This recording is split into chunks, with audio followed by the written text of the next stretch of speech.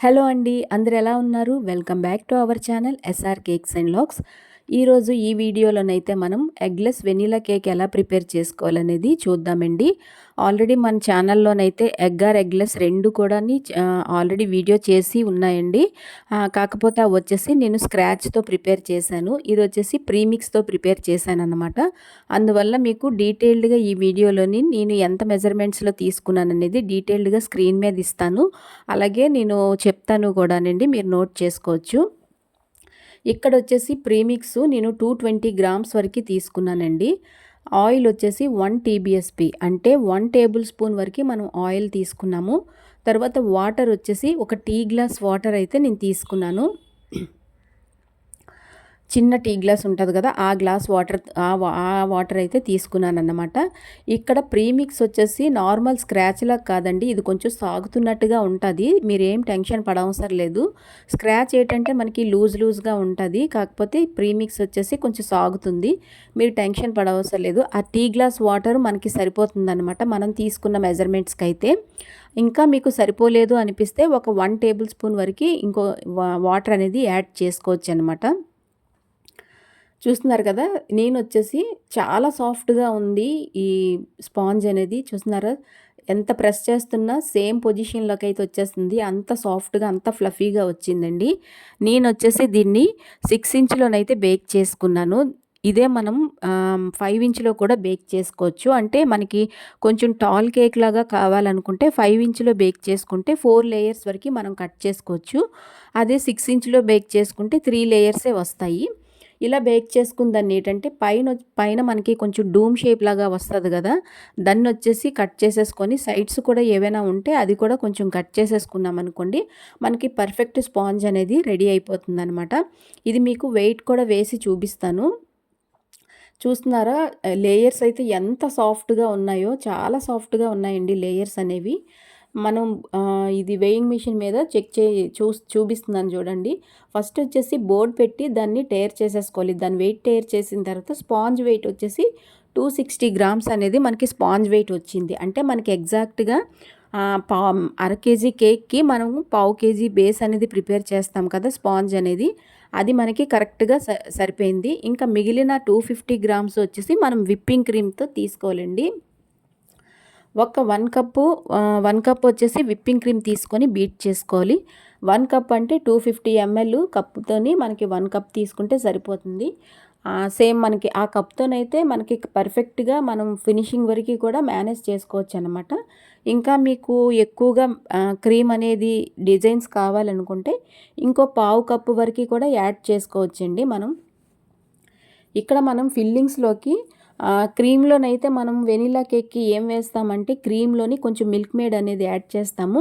అలాగే కొంచెం milk powder అనేది కూడా కొంతమంది యాడ్ చేస్తూ ఉంటారండి.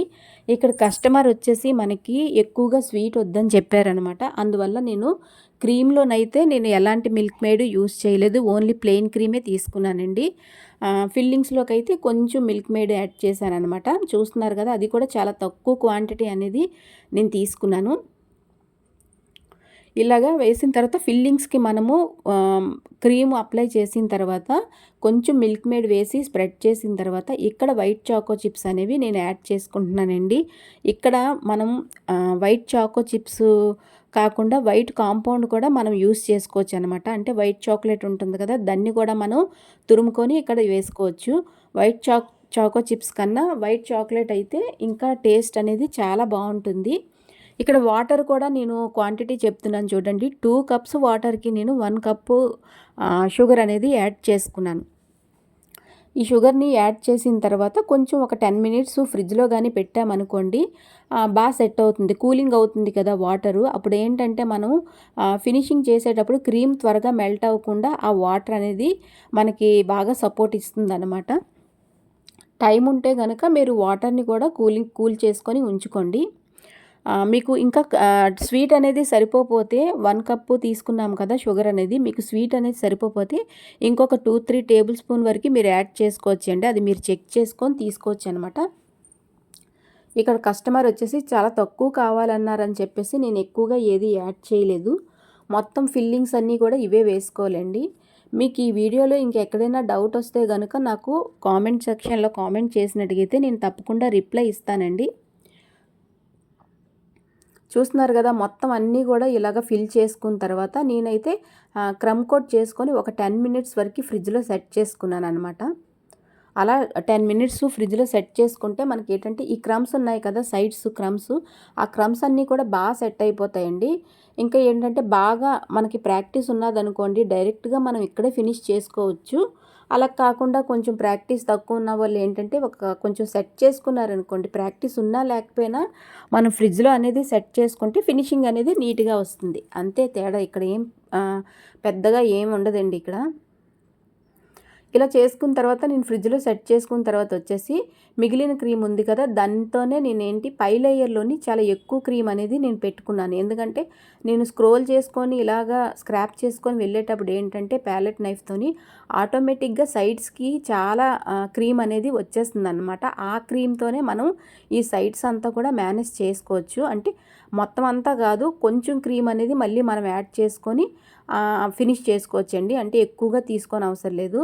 చూస్తున్నారు కదా, చాలా తక్కువ క్వాంటిటీలోనే నేను క్రీమ్ అనేది తీసుకొని ఫినిషింగ్ అనేది ఇచ్చేస్తున్నాను. ఇక్కడ కస్టమర్కి మనం మెయిన్ చూపించాల్సింది ఏంటంటే కేక్ అనేది ఫినిషింగ్ చాలా నీట్గా ఉండాలండి. ఎప్పుడైతే కస్టమరు నీట్గా ఫినిషింగ్ మనం నీట్గా ఇచ్చామో కేక్ లుక్ అనేది వాళ్ళు చూడగానే సాటిస్ఫై అయ్యారనుకోండి, అక్కడే మనం చాలా సక్సెస్ అయినట్టుగా అనమాట. ఎందుకంటే మెయిన్ ఫినిషింగ్ రావాలి, దానికోసం చాలా ప్రాక్టీస్ అయితే చేయాల్సి ఉంటుందండి. చూస్తున్నారు కదా, ఇలాగా స్క్రాపర్తో, ఇలాంటి ప్లాస్టిక్ స్క్రాపర్స్ ఉంటాయి, అలాంటి స్క్రాపర్స్తోని మనం ఫినిషింగ్ అనేది నీట్గా ఇచ్చుకున్న తర్వాత సైడ్స్ మనకి పైన ఉన్న క్రీమ్ కూడా సైడ్స్ కొంచెం ప్యాలెట్ నైఫ్తోని ఇలాగా తీసేసుకుంటూ ఉండాలి.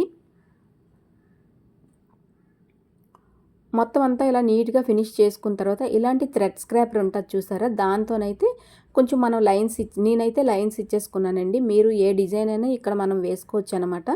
అది మన ఇష్టం. ఒకవేళ కస్టమర్ రిఫరెన్స్ పిక్ పెట్టారనుకోండి, దాన్ని చూసి మనం డిజైన్ అనేది వేసుకోవాల్సి ఉంటుంది. ఎలాంటి రిఫరెన్స్ ఇవ్వకపోతే మనకి నచ్చిన డిజైన్ అనేది మనం తీసుకోవచ్చు అనమాట. ఇంకా చాలా తక్కువ చాలా సింపుల్గా నేనైతే ఈ కేక్ అనేది ఫినిష్ చేసుకున్నానండి. చూస్తున్నారు కదా, ఇది రోజ్ నాజిల్ అనమాట, 2M నాజిల్ ఇది. దీంతో చాలా చిన్న చిన్న రోజెస్ అనేవి వేసుకున్నాను. వైట్ కలరు కేక్స్ అయితే చాలా బాగుంటాయండి, లుక్ కూడా చాలా బాగుంటుందన్నమాట. చూస్తున్నారు కదా, మొత్తం అంతా ఇలా ఫినిష్ చేసిన తర్వాత కొంచెం నేను మల్టీ కలర్స్ ఈ సేమియా స్ప్రింకిల్స్ ఉంటాయి కదా, ఇవి వచ్చేసి ఓన్లీ కింద వరకు మాత్రమే నేను వేసానండి. టోటల్గా వేయకుండా, సైడ్స్ అంతా కూడా వేయకుండా ఓన్లీ కింద పార్ట్ వరకే నేనైతే వేసాను. ఇవి వేసిన తర్వాత కేక్ లుక్ అయితే భలే వచ్చిందండి, చాలా బాగుంది. నాకైతే చాలా బాగా నచ్చింది. ఎంత క్యూట్గా ఉందో కేక్ అయితే. చూస్తున్నారు కదా, పైన కూడా నేను కొంచెం స్ప్రింకిల్స్ అనేవి యాడ్ చేశాను అనమాట.